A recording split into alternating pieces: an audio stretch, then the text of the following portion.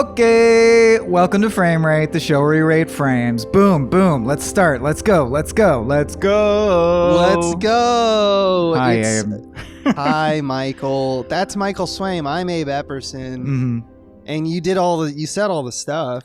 I mean, there's only really one thing to say because it's our most basic podcast, but it's the old standby. I think it's the first podcast we ever casted a pod of. Yeah, that's right. Yeah, Saving Private Ryan or some shit. You always remember your first. Yep, nailed it. Nailed it. What are we here today to do, my Abe? At a tittle to two. So it's so let's take you back to 1971. There's this movie. I wasn't born, but okay. That was made in Australia, and it's called Wake In Fright. And the reason that we watched it is because we have a tier at our Patreon. You can give us some scratch, just like Theo did. Hey Theo, thank you, Theo. And he and they said, hey, watch this movie, Wake In Fright. So we did. That's what this is now. And if it's the Theo I'm thinking of, I think we've met at a movie theater and you had a kick-ass tie. If that is the Theo I'm thinking of, he'll probably be excited that I recall that. That's all. And if not, thank you, Theo. Hey, there's other Theos in the world. Guess what? You can have a cool tie too. You have an evil doppelganger with a cooler tie than you. Yeah. Yeah. Your tie game on point, hey, Theo. Speaking of evil doppelgangers that are cooler than the original versions, we have one here with us today. I ate mine in the womb. Please welcome our very special guest, Vanessa Guerrero, who I immediately talked over. Hi. Oh, it's fine. I talked over you to say I ate my doppelganger in the womb. Oh, okay, good. I'm glad we paused to get that. That's good to know. It's good to know that I'm talking to a winner. Yeah. Right. I don't like to talk to losers, so. Okay, I will leave the podcast. That's right. You're fired. Well, often we start this podcast by asking the guests why they picked the movie, but since this is a Pick the Flick episode, and by the way, if you want to pick a flick, you're welcome to do that. We'd be more than happy to watch whatever you want us to do. Sure, you too, Ness. You could tell us what to watch, but anyone can by heading to patreon.com/smallbeans and patronizing us at the Pick the Flick tier. Now that's all the business, so I'm going to kick it off by asking a question I almost certainly know the answer to, I think. Vanessa, have you seen Wake In Fright before? I actually hadn't seen Wake In Fright before this. I doubted it. So, how'd it hit you, huh? Let's just dive in. Okay, so I did not go into this thinking that it was going to be a scary movie.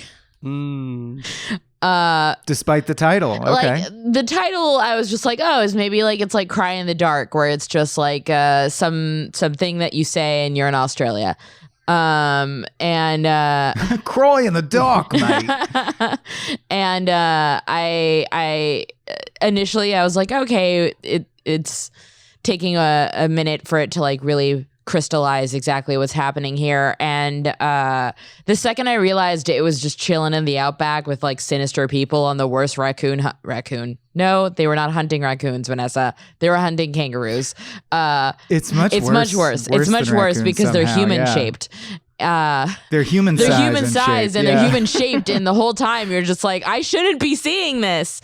This movie was wrong and terrifying, and I loved it. Great. Yeah. Okay.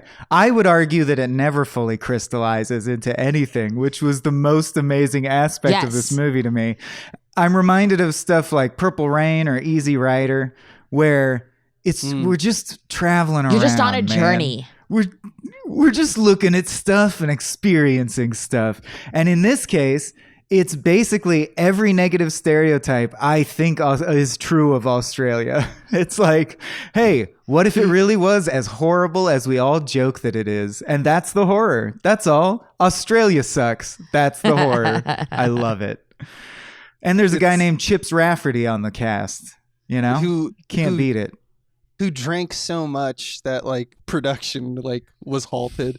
Yeah. It's alcoholism and brutality and tribalism in Australia. Starts in Tabunda, which is part of the Yabba. I'm sorry, I just can't get over the name. The Yabba. The Yabba. Also, it all starts with a guy who's our main character is a school teacher, and it starts in a town so desolate that I don't understand where the kids went when they leave the school. Did you notice that the bell rings and the kids step outside and then it cuts outside and they're gone? Yes. Where'd they Where'd go? they go? There's no homes. I think they pop out of a little hole in the ground. They burst into dust and just sift down to the ground. It's horrifying. And it took me a while to really understand that the way it works is that there's some places so desolate and isolated that you go to a town to go to a town. Like, you have to go to the Yaba if you want to get to Sydney, because that's where the train is, Right. So that's kind of what sets off this movie, is this school teacher is going to take a holiday and he wants to get to Sydney, presumably to, try to reignite something with a woman. His girlfriend. You see her. Yeah. She's in a very unflattering one-piece bathing suit, and he rubs a beer in between her titties. That's how you know they're in love. The situation is that he's in debt because of to become a school teacher, and he doesn't get enough money. So when he goes to the Yaba, basically he loses all of his money on a gambling game because he has eyes on the prize, as we all do. He's trying to pay back doubles that debt. down on the wrong one. Yeah, he got, and so he's got no money. He can't afford the train to Sydney, and he just lives off the, I want to say, good graces of. That's really what I want to jump into first, maybe. Like, this tribalism aspect. There's this weird expectation and routine of unspoken actions. Like, you need to buy people beer. You need to stay here. You can't do something different. You like the Yaba as an outsider, and you gotta like the Yaba. You can't complain about the heat. You have to say it's great. It's like Australians have all sworn, look, we all know it's shitty here, but don't talk about it. Don't mention it. Act like it's good. We all agree to this. And he sort of violates the tribalism by occasionally pointing out, this sucks. It sucks here. Yeah, it sucks here. I hate this place. Yeah. And it's funny, you mentioned a gambling game, but we got to dig into. It's a coin flipping game that the movie spends like 25 minutes on. People flipping coins, betting whether it's heads or tails. That's it. If it's the thing you said, you win money. If not, you lose money. It's all on the honor system, which works. No one fucks with anyone. The coins never roll away. The coins always land. You know what I mean? Like, it's crazy to me that the coins never roll away. That was my biggest problem with the film. No, my problem was that we did the gambling, the coins thing for so long that I didn't understand. I was like, is this like Fast and the Furious, but for coin flipping? Is this the whole movie? It's that long that you're like, is this going to be what it is? And it turns out, no, he just goes through several rounds of it and then loses all his money, thereby nominally trapping him in the Yaba. But I would argue that he chooses to stay in the Yaba repeatedly. Like, he could get away, right? If he really wanted to. I mean, he can go back to his shitty schoolhouse, I guess. Yeah. Well, no, I mean just that I feel like if he stopped pounding beers, got his shit together for 5 minutes, and like worked it out, he could get out of the Yaba. But they do this thing where it's almost like a Twilight Zone, like it is hell and you cannot escape it. Any way you go. The ultimate iteration being that he tells a guy he wants to go to Sydney, and because the Australian accent's so thick that another Australian can't understand him, he goes, "Oh, you mean the city?" And he drives him back to the Yaba. I laughed so hard when he got out of the truck and found out he was back in the Yaba after all of that hitchhiking. And then he's like, this is not where I want to be. And of course the guy's like, you don't like the Yaba? Everybody loves the Yaba, which I take it is just a name for this quadrant of Australia. I wasn't even fully sure. So yeah, it's quite an odyssey. And I want to talk about beer in this film because I almost got flashes of Miyazaki. The beer looked delicious. I don't drink anymore, but until there was so much beer that it started to make me queasy, this movie really makes beer look good. Am I wrong about that? No, it makes beer, especially, it does such a good job of being like, it's hot, it's sweltering, it's terrible. Wouldn't a nice, crisp, cold beer sound good right now? Like, it really dangles it in your face. You're right. Yeah, I think that's 100%. Everyone's sweaty. all the time, and the palette of the film is like yellow and abrasive, and I think that all adds to the fact where it's just like, yeah, you just want something cold right now, just some way in which you can get away from this horrible furnace. There's a line in the movie said by the Doc character when he first meets our main guy, John Grant, and he says, "Discontent is the luxury of the well-to-do. If you live here, might as well love it." That's kind of a crazy mentality. Well, it's like, yeah, accept what you're given and like it as much as you can, because that's all you're going to get. Right. It's that kind of feels like now.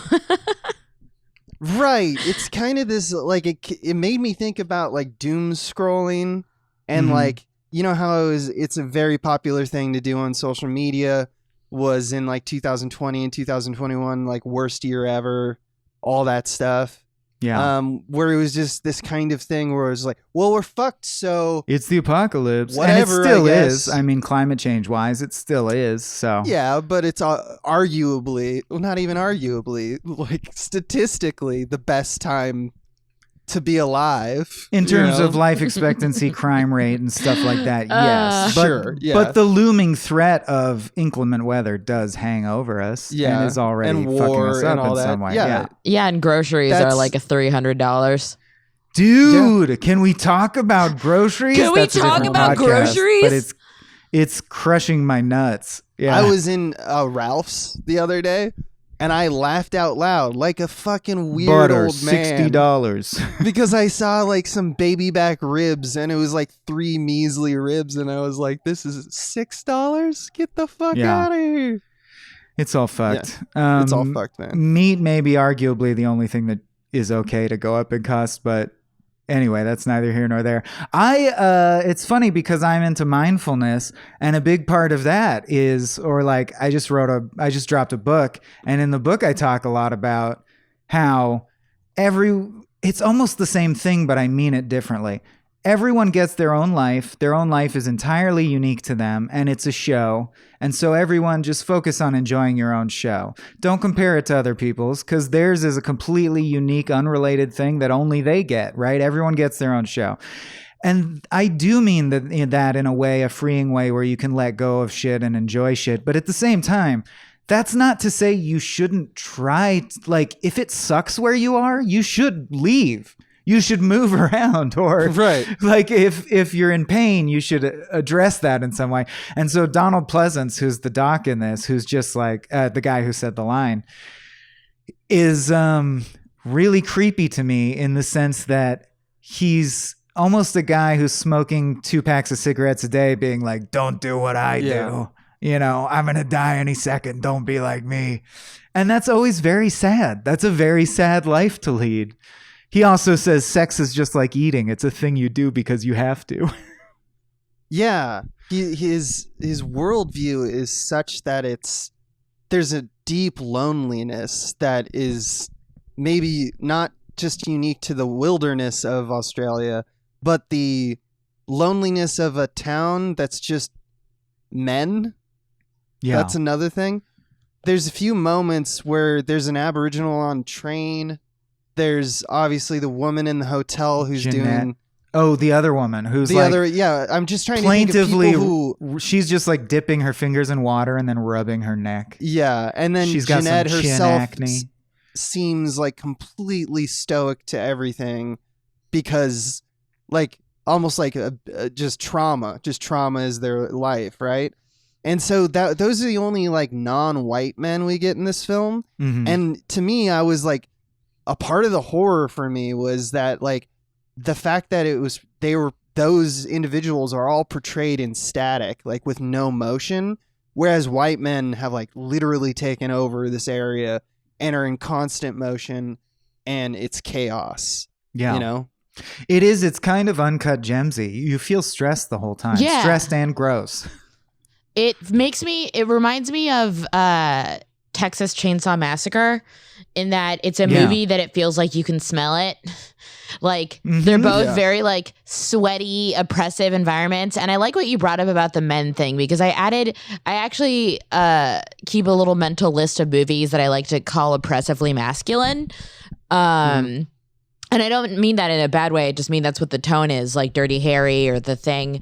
Glengarry Glen Ross. Yeah. Movies where masculinity almost feels like it's both like the threat and the reward. And this absolutely fits into that category. Yeah. Well, you've both now used the word horror. Do you think I hesitate to call it a horror movie. Do you guys think it qualifies as a horror film? I mean, I would say if any of Herzog's films are horror movies, then definitely. I mean, it reminds me a lot of things, mainly in its message and its attempt to be raw. I think it's not like a horror form where it's like a slasher or something like that. No. But I think you are supposed to look at these men and have a deep amount of catharsis, and you're not supposed to feel good throughout the movie. You have this kind of urgency. It's a feel-bad movie. So I would call it. I would call it a horror movie in that regard. Okay. But obviously, there's films that are better suited for that name, or more clear cut in that regard. That's all. To me, it depends how heightened it is, and I don't know because I didn't live in Australia in 1971. So my question is, like, if this is super heightened and surreal, then sure, it's a horror movie. It's like a head fuck horror movie. But maybe this is what Australia's just really like. I don't know. There aren't any poisonous scorpions in the film, so I know at least a key component is missing. But back to the beer, like, I think he drinks something like 65 beers on camera in this film. And if you've seen the trailer is only the shots of him drinking beer all put together. So I know that Australia is a big beer culture, like lager or whatever, but they take it to an absurd degree. Everyone he ever meets offers him a beer immediately. And it almost seems like they're in a cult in a threatening way. And you have to drink the beer, and they stare at you while you drink it, and you have to drink the whole thing in one gulp like it's a fucking shot. And then they're going to grab your glass and go, how about another, mate, and go get you another beer. And yet he keeps walking into these situations. That's why I have no sympathy for the dude. I do feel like he's along for the ride for the most part. He is absolutely along for the ride. The thing that I find really interesting about this movie is that he considers himself like a victim or somebody that's just been like fleeced and now he's stuck. And it feels like what the movie is trying to say is that he's the kind of person that just makes choices like this. Like he's not as far off from the quote unquote barbarians as he likes to think that he is. Right. Yes, absolutely. I think he has more in common with them than he wants to admit. Yeah. And he goes out of his way to, like, he does all the stuff because he knows he'll get his ass beat, but he wants to be irreverent. He wants the city. He wants to be in Sydney is what he wants. That represents everything to him. It represents his possible life with a woman. There's just nothing out here. It's desolate. It's empty. The people are desolate. All they do is sing Old Grey Mare and drink beer. That's it. Right. And outsiders are not welcome, even though that would like save the towns, so to speak. Like there would be a diversity of thought. It's that impulse. More capital. We want to be coming seen as big men who rough it. And you might as well love it, even though all these unspoken actions that you do are to devastating survive to each other. Yeah. Or like this sheriff who says, "We do get a bunch of suicides. They say it's the heat. I like the heat." Yeah. Yeah. It's copium, right? It's so hot that people are fucking killing themselves, which our hero attempts to do by the end. Right. I love that it's like you took a trip to Vegas and the weekend went so poorly that you decide at the end, I'm just going to kill myself. Fuck it. Like, I've ruined my life so thoroughly. And then he can't even fucking get that right. He wakes up in the hospital. It's like, your gun was pointed directly at your head. How did you miss that? He's just got a bandage and then it's gone. Yeah, he's just the world's greatest doofus. No scar. Yeah. Oh boy. It kind of reminded me of Training Day in that regard, right? It's like a ride along from hell. Right. And can we talk about we mentioned the kangaroos. Oh, is it time for that? Well, I mean, unpleasantness. Yeah. Yeah, I wanted to talk about how unpleasant, that's the big kind of set piece, I think, for multiple reasons. The climax, but I think from just a story perspective, it's obviously the time in which he is the least content with his situation. He doesn't want to be here. He's terrified by the people he's with, who have taken him on this kangaroo hunt, and he is peer pressured into killing a kangaroo, which is something he doesn't want to do. Are you sure? Because when they're all shooting at the fox or the coyote from the porch, he's super gung-ho and into it. Like, I didn't get the impression that it bothered him. I thought he wanted to kill the kangaroo. But that's what I think that... I think he wanted to consider himself... He wanted to consider himself someone that wouldn't shoot a kangaroo. Like, okay, exactly. I have an exact parallel, which was last night. My YouTube algorithm fed me a team fighting championship, which is six guys six guys mauling each other until eventually it's like six guys fighting one guy. And I was like, this seems highly unethical and really fucked up. Also, I'm skipping past it because I'd like to be the kind of person that skipped past it, but actually, fundamentally, I'm the kind of person that clicks on it. The algorithm gave it to you for some reason. It gave it to me for a reason. It's because I'm a shithead and it knows.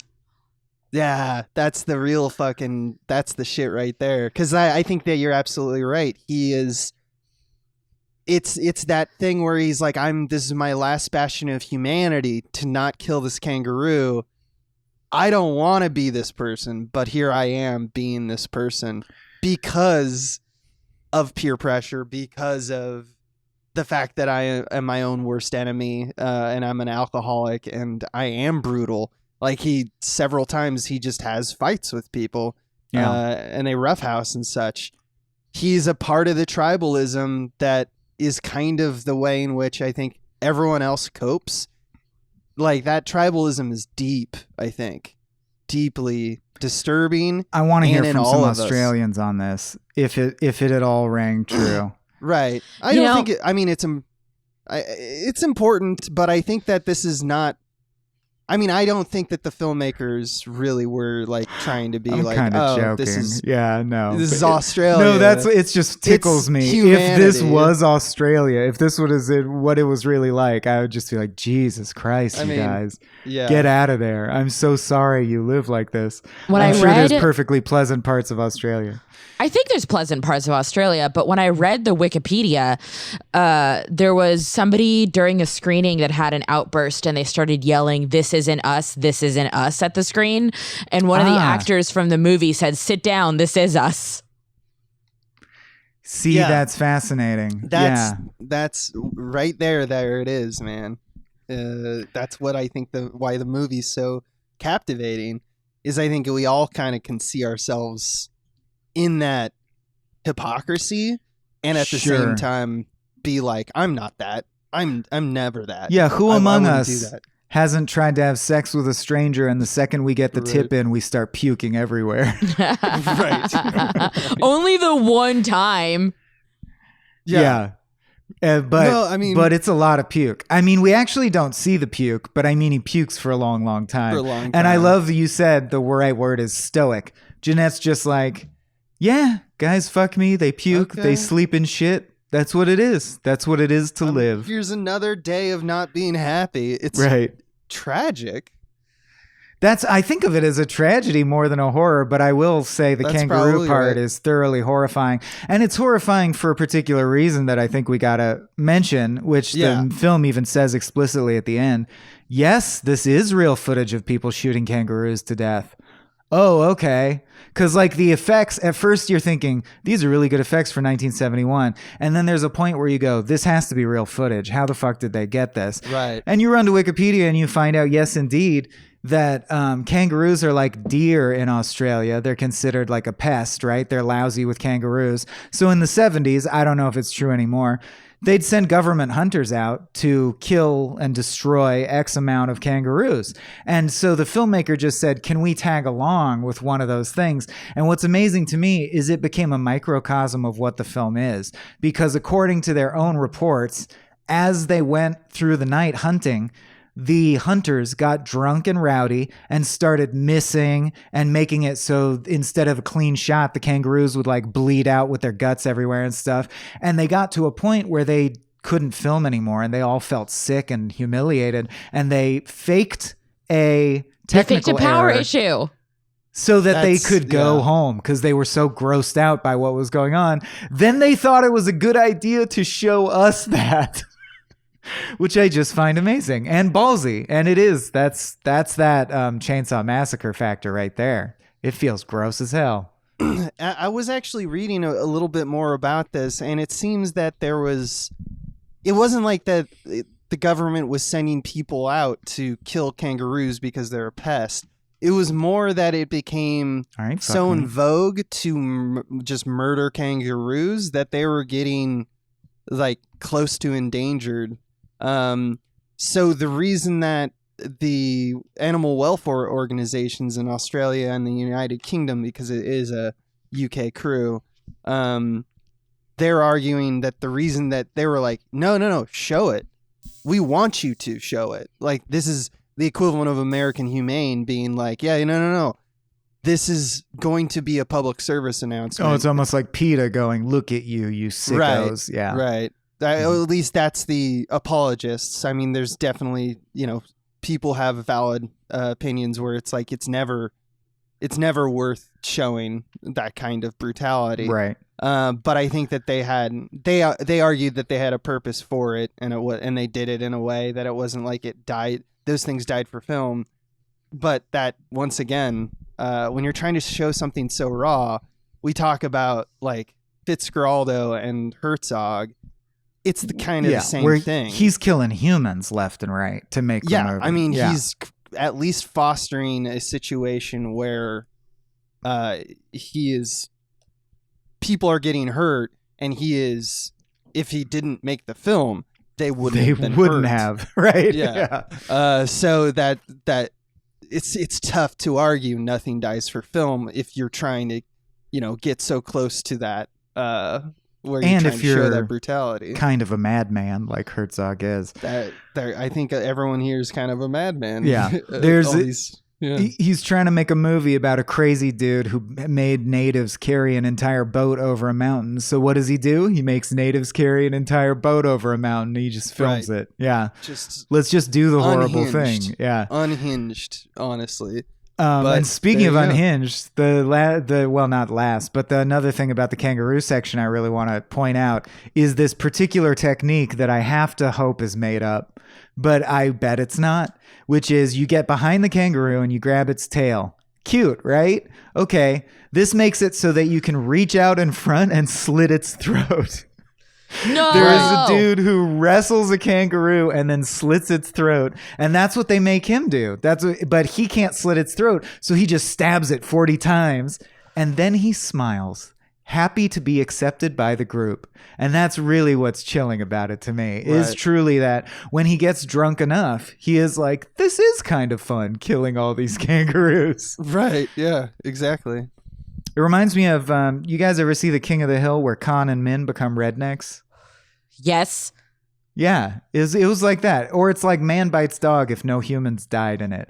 It's like, let's just get filthy. In fact, I think an impressive thing about this movie is that there's no human casualties. Because by the end, I sure felt like I saw people die. But if you think back, nobody dies. No, they're just all dead inside. That's right. Their souls die, but they don't. They fart and shit and sleep in sweat and piss.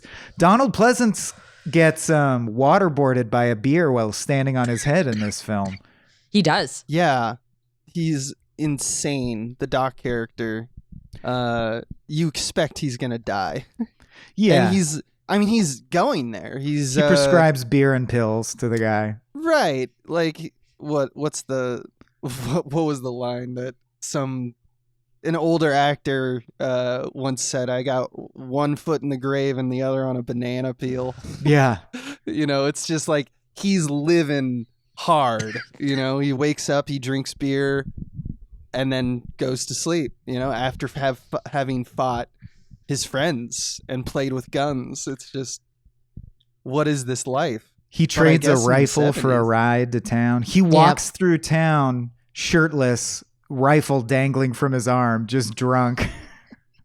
It's a great shot. I actually like that shot with the flattened perspective. Montage. Yeah. No, it's beautifully shot. Reminded me of Strocek, speaking of Herzog.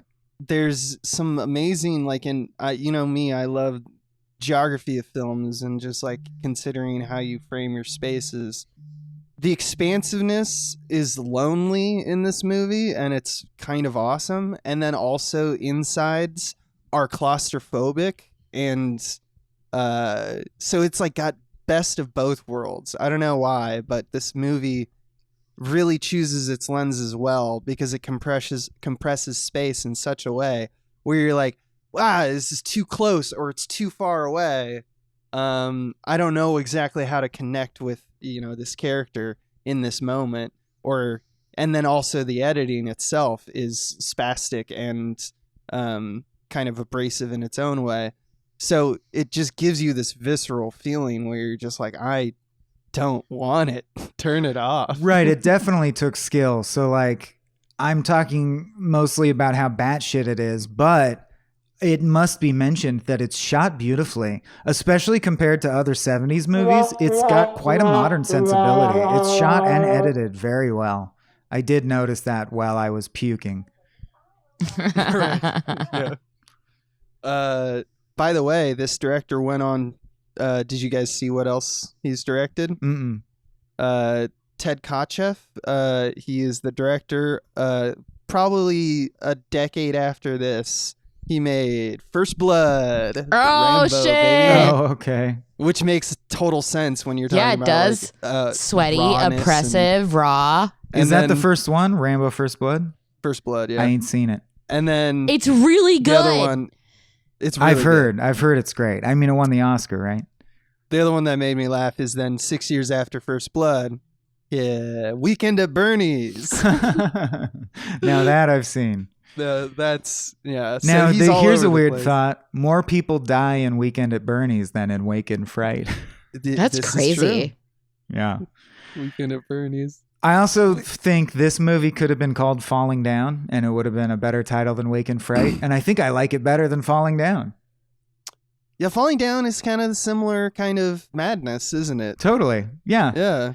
It's like your day gets worse and worse and worse, and you see where's the bottom? What is the bottom of this? And it turns out it's dancing naked with Donald Pleasance pouring beer down your throat. Yeah. They're both like Inferno films. Yeah. Oh, that's an interesting point. Meaning like Dante's Inferno? Kind of. As the base allegory? That's interesting. I don't think they're actually going out and trying to do that. It's not like Oh Brother with the Odyssey or anything like that. Right. But it's just like soft purgatory. Yeah, I think the ambitions of all these works are kind of in the same thing. It's just like, how dark can we get? Yeah. Ultimately, it breaks down into nonsensicalness. Like he's so drunk or delirious that we just start getting vignettes. He has this crazy vision of the doc having sex with Jeanette in front of the coin people. So it's like his brain is just mashing up all the horrible things that have happened to him. And then he collapses in a random corner with his gun pointing out. Like I think any of us would at some point in this sequence of events. Right. You'd just be like, I need my back to a corner and a gun. That's what I need right now. Yeah, just like a prey animal, just scared forever. Yeah. Wake in Fright. That's it is true. Right there. I was wondering about the title because it is based on a book, and I imagine it's always easy in a book to understand where the title came from, right? Because maybe it's that phrase is in the book. But he doesn't really wake in fright, does he? No, I think he's just alive in it. Yeah, he wakes with hangover. He lives in fright. He lives in fright. But I don't know. It's a minor complaint, but I did think it was an odd title. Or as Vanessa said at the beginning, it set me up for different expectations than what it was. And maybe that's what they want. Maybe they want me to be blindsided, Mm-hmm. Mm-hmm. Yeah, man. The fact that he commits suicide just because a guy said city instead of Sydney is so good. And like there's other parts in the movie where they subtitle the film just because the Australian accents are so thick, they assume that the audience will not be able to understand it. Yeah, that when that showed up, that was like, that's wild. But I needed it because I did need it. Yes. It was so thick that it took me a while. It's a completely different language, it feels. Yeah. Plus there's, vocabulary that I'm just like, I'm not exactly sure what a schooner is, or, It's a balmy jib jab, mate. And you're like, yeah, I don't know, man. I don't know, man. Did you notice on the bus? Oh, go ahead, Vanessa. I was just going to ask, what do you think especially within the last 3 years, of fascination is that Americans have with the Australian accent? I'm not necessarily picking up on what you're laying down. Can you give me an example? It feels like every person has their own impression of like, they're like, oh no, like saying no, nar, because that's what it sounds like when Australians do it. Like I see it on Hinge profiles. I see people do the impression. I feel like the last 3 years specifically, I just hear Americans doing silly Australian accents more than I ever have. And I'm wondering if is there a show? Is there something that has brought Australia back into the zeitgeist that has people doing the accent all the time? See, I hear people say "oi no" a lot, but I always thought that was New Zealand, and I attribute that to Taika Waititi, basically his popularity, and maybe a little Flight of the Conchords, but mostly Taika. Also, Wedewick-Shep, we got Peter Jackson for the Kiwis. That's right. Which are two different places. And it's two different accents, and I know I should be able to differentiate them, especially because my honeymoon's going to be in New Zealand, and we're trying to do the accent. Yeah, but sometimes I can't. Sometimes I can. But I'm notorious for my impressions being awful. I can hear the difference, but if I try to do one of the accents, it slides into the other and back and forth and back and forth. Yeah, mate. Yeah, I don't know, Vanessa. I think the last 3 years thing, and maybe that's the algorithm spitting it out back. Maybe at that's you. your bubble. Maybe you're bubble. in the Aussie bubble. Because I know that there was a big, like maybe 20 years ago, when the Lord of the Rings were, in their heyday, that was a big deal. But I haven't noticed anything in particular recently. Our flag means death. Maybe all my friends are annoying. I think the Taika thing. But it's kind of maybe your friends are obnoxious. I don't know. Yeah, maybe you're. But this is. It's actually kind of this. That's what happened in the mid 70s to 80s. Is that this film, along with another famous film that I remember learning about Wake In Fright in film school, but we didn't watch Wake In Fright. We watched Walkabout, and those are kind of the premier two films where there was like a series of, basically calling it the Australian New Wave, where it's just like, for some reason in the 70s we couldn't get enough of Australians in America. And we're like, come over and make 80s films. Don't sleep on Crocodile Dundee, man. There you go. Yeah. So like, that's interesting notion just in general, is that America will just disposably wear a different culture, for a time, for a bit, just for 5 to 10 years, and then go, okay, now we're into Nordic stuff or whatever. Yeah. Oh yeah, we're Nordic shit is alive and well right now, especially Adam and I were just talking about this. I think ever since Skyrim, we haven't gotten over Nordic shit. Nordic shit. But it's interesting. That's how all men's thing is advertised. Which thing? Like things for men are always advertised as just like ancient Nords, or like it's rune styling, or it's like soap on some moss in some kind of like crystalline lake with like a buff guy. Yeah, I'm so getting my wallet out right now. Yeah, I love stuff like that. Keep talking, Ness. Also, a thing about this movie was it got lost. You hear about this? Yes, I have. Yeah, I thought that was kind of crazy. It's a cult classic because in the 90s at some point, it was gone. It was the master negative had gone. No one knew where it was, and it just kind of died the sweet death of so many films. There was bad quality like VHS releases and stuff like that, but like nothing that was like, let's make a DVD. But then in 2004, an editor tracked down a digitally remastered kind of recreation, and then it got re-released at Cannes, which is just crazy that happens still. It looks high quality. The copy that I saw, really good. You guys, you can watch this for free on YouTube, by the way, at any time, and it looks good. So I'm surprised to learn that it was lost. That's really cool. Because it's got a Blu-ray, so I think it's got a 4K version. So like awesome. And I know I'm pretty sure a person that we can give credit to for that kind of stuff and bringing it to the forefront is a man by the name of Martin Scorsese. Love that guy. Oh yeah, salvaged always this does one that from shit. the trash, or Yeah, he's done it several times with a bunch of movies. In fact, there's a funny story about Scorsese. Tarantino does that too. Yeah, he does. Scorsese, apparently, he wasn't, Martin Scorsese at this point in terms of like Taxi Driver hadn't come out, but he was there when this originally ran at festival runs in '71, and apparently he was sitting behind the director of this film, and he was just talking out loud, saying shit like, I'm trying to find exactly what he said, but it was more or less along lines of, oh, he's doing it. The director's a madman. Oh, I love this. This is so great. You're actually going to do it. And stuff like that while he was watching this movie. And then Ted Katzhoff was like, oh, that was Martin Scorsese. That's pretty cool, man. Pretty cool. Yeah. Yeah, he loved my film. And or at least he was impressed by the boldness of the offers, if nothing else. Exactly. Yeah, it has the kind of chaos that Gangs of New York has at points. I can see it. I can see Scorsese loving this because he loves dirty, sweaty, male-focused chaos, for sure. He loves dudes that are born to die. It's so tragic true. Dudes born to be brutes and die young. Yeah. Yeah, this is the quote that made me laugh. He says, wow, what a scene. Boy, I didn't expect that. This is great. Just imagine Scorsese like in a theater just saying that to himself. I like to imagine it's the sex puke scene that he did that for. Yeah, I think it actually maybe it was, or maybe it was John and Doc's homosexual encounter, actually. I missed that.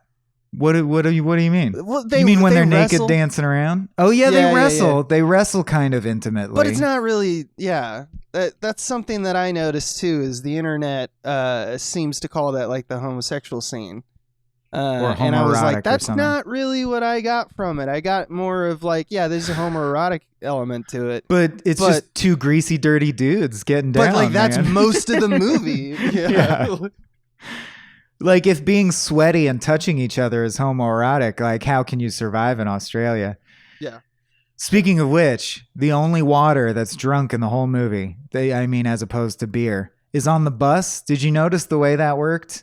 They all share one drinking glass. So, like, you're on a public bus, and you're expected to drink water out of a glass that anyone on the bus drinks water out of the same glass. I'm sorry, but that is the most horrifying aspect of the film to me. I don't even like sharing chairs on the bus. Yeah. Yeah. When he goes up and he just takes the glass that belongs to the bus, I was like, what? Australia? Really, Australia? Is this the Wild West right now? You guys are a bunch of babies. Just drink the bus water. Just drink the backwash bus water, you idiot. I did really like the car, the kangaroo killing car. It looks a lot like the Ghostbusters mobile when it slid up all Akira style. It was kind of Mad Max. Yeah. I mean, they were driving so fast. Why not? Oh yeah. Well, they end up killing it's interesting. They kill a They kill a kangaroo with a dog. They kill a kangaroo with a gun, and they kill a kangaroo with a car. They kill a kangaroo all the different ways you could, except without like a missile or something. And a knife. That's Wake In Fright 2. Yeah. Just nuking kangaroos until there's nothing left. Charred corpses. Electric kangaroo. I wrote in my notes at about the 50-minute mark, I'm waiting for the other shoe to drop. What is this movie? Nothing's happening. But I've kind of disproven that. through talking to you guys. I guess a lot of stuff happens in it. Yeah. It just feels loose. It feels it's diffuse. Tone poemy. Yeah. You know, because there's no like the structure of the film doesn't lead to anything. It's just a series of events. Well, there is was a 70s punchline. deal. There's a punchline to wrap it up, which is basically after he's done all this shit, killed kangaroos, slit their throats, shot himself in the head, woken up in the hospital, and made his way back to Tabunda. The guy's like, "How was your spring break?" And he was like, "Great, the best. It was rad." Right. What did you take that to mean? Do you think he was being honest about any of that, or is it he's I think it's Kool-Aid? Yes, he's become one of the zombies. He's become one of the drones who says it's great, even though it sucks. Every discontent is a luxury of the well-to-do, and he's not well-to-do. Yeah, I think he's fully in it. He's integrated. He might be out of the yabba, but he's not out of the yabba. Yeah, you can't take the yabba out of the boy. Yeah, but you can yabba dabba do. You can yabba dabba do, but you can't do dabba yabba. Yeah, that's right. Yeah, that's right. Scrolling through my notes here. I would also shoot myself in the head if this happened. I think I said that. I think I would too.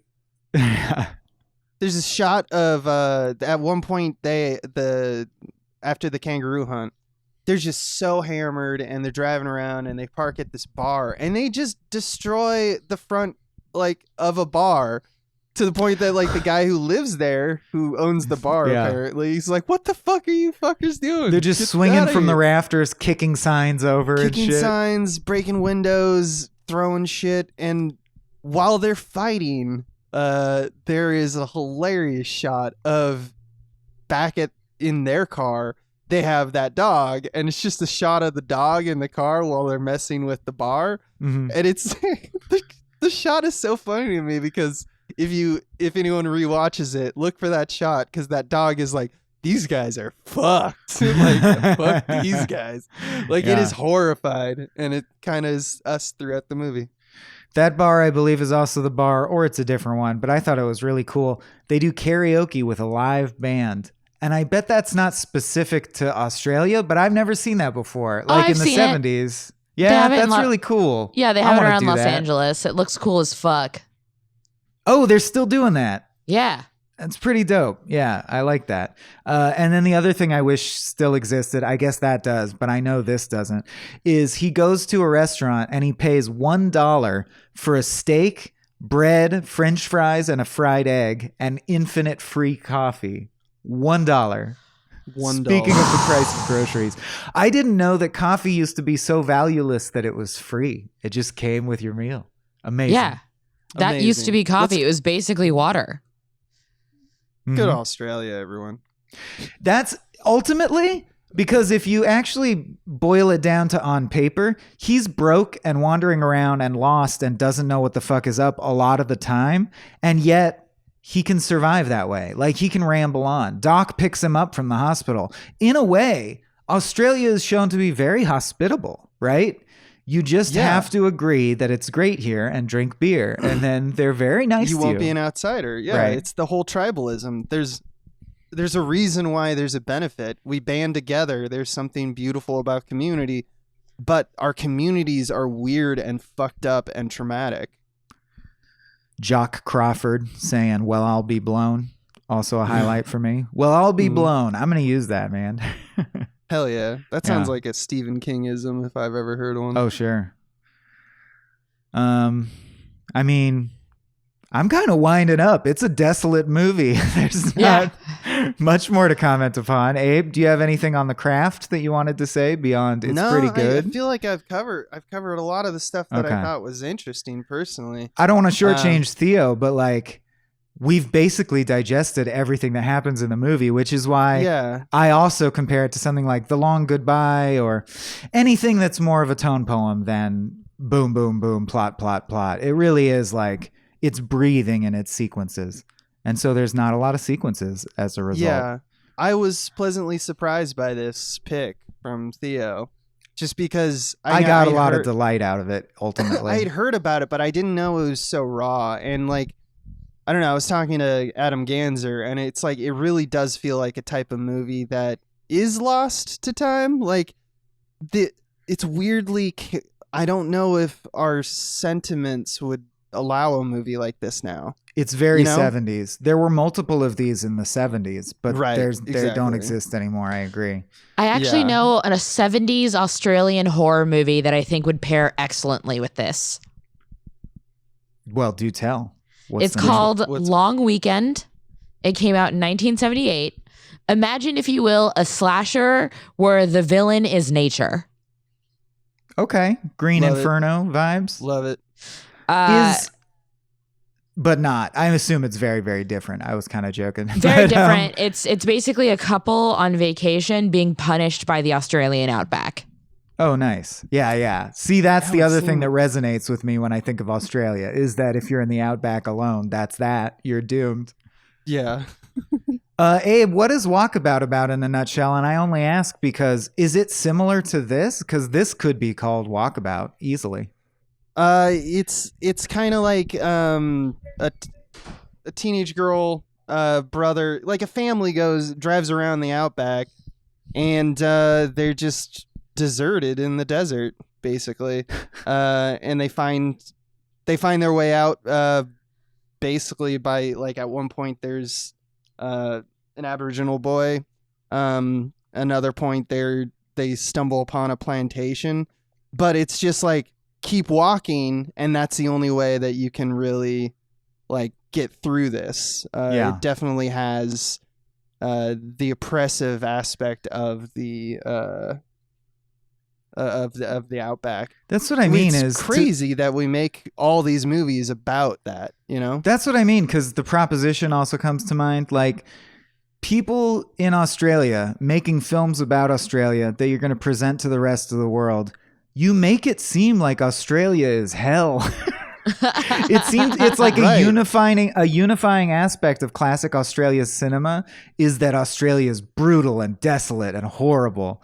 And I just find that interesting. That's so the opposite of how America wants to present itself, right? It feels like almost like a badge of honor that all Australians have, where they're just like, yeah, it's tough to live and I do it. Yeah, that's right. It's a whole country of people who are like, I like the heat. If you live here, might as well love it. Although growing up, that's not how I had Australia in my head, because I grew up watching Rescuers Down Under. It looked magical. That's true. That makes Australia seem cool as hell. Yeah. Yeah, exactly. Except for the George C. Scott character and his lizard. Sure. Not an Australian film, by the way. Dog. Yeah, exactly. But, they made that feel magical, so it can be done. Priscilla, Queen of the Desert, you get to see some cities and they seem fine. Yeah. I mean, except the homophobia, but they seem like real cities. That's right. Okay. Well, thank you again to Theo, because I really did enjoy this watch. It made me feel really gross in a way that had my jaw on the floor frequently. Same. Yeah. Even though I never knew what was going to come next. I guess that's good. I encourage anyone who kind of likes that thing, has that stomach that is kind of like, oh, I want a visceral movie experience.